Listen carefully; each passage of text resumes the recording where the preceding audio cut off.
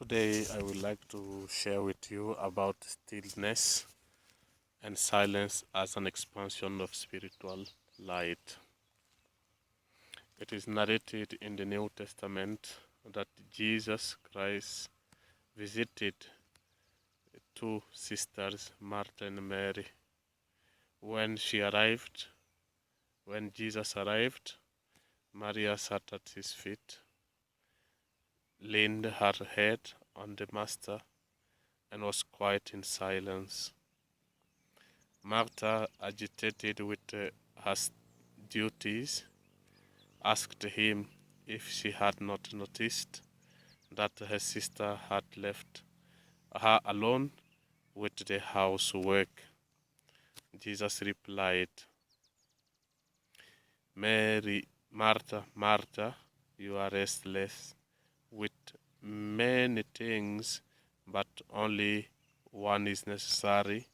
Mary chose the best part, and it will never be taken away.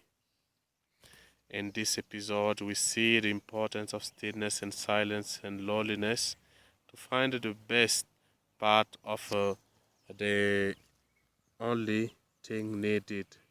This withdrawal is a force that few know. In fact, the contemplative attitude cannot only lead us to balance, but to true action and our true goal in life. In a calm state, a person can act more dynamically and powerfully than someone who is agitated.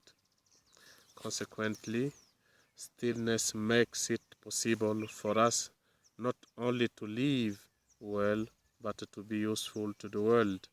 At the time so lacking in so many things and values, it concerns inner disinterested action which does not aim at recognition, gratitude, or even being noticed.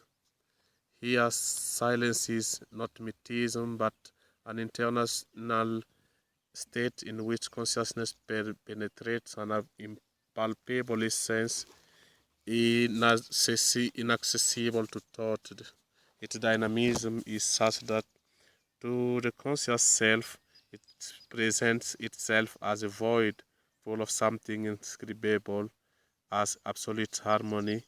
When you know silence, you know love.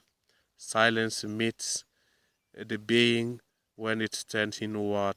Only gradually are bodies prepared for this contact.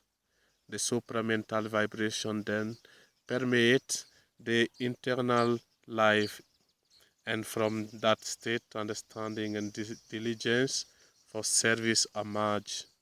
The strength comes from uh, him to undertake the new path. A source of wisdom, there is peace, and the power of transcendence, healing, regenerates, transforms, transmutes, and uplifts. It manifests itself in action with withdrawal. It projects in the world. It is the verb in the broadest expression. In it, consciousness is linked to the source of life and to nothing else. The lesson from Jesus' response is that it's important to be quiet, silent, and alone. For most people, loneliness is a source of insecurity and imbalance. Even for those who enter asceticism, in the beginning it is accompanied by pain as a rupture with the conventional to which they have become attached occurs, while the new state of being of is not noticeable to them. But for the more advanced, it is a condition of greater light and approach to supra consciousness. So, the mature stage of spiritual development, the individual can be conscious, connected to the inner center, even in the midst of a crowd and the dispersive movement of others, in genuine inner solitude, and find himself and other in his true identity, its union with the internal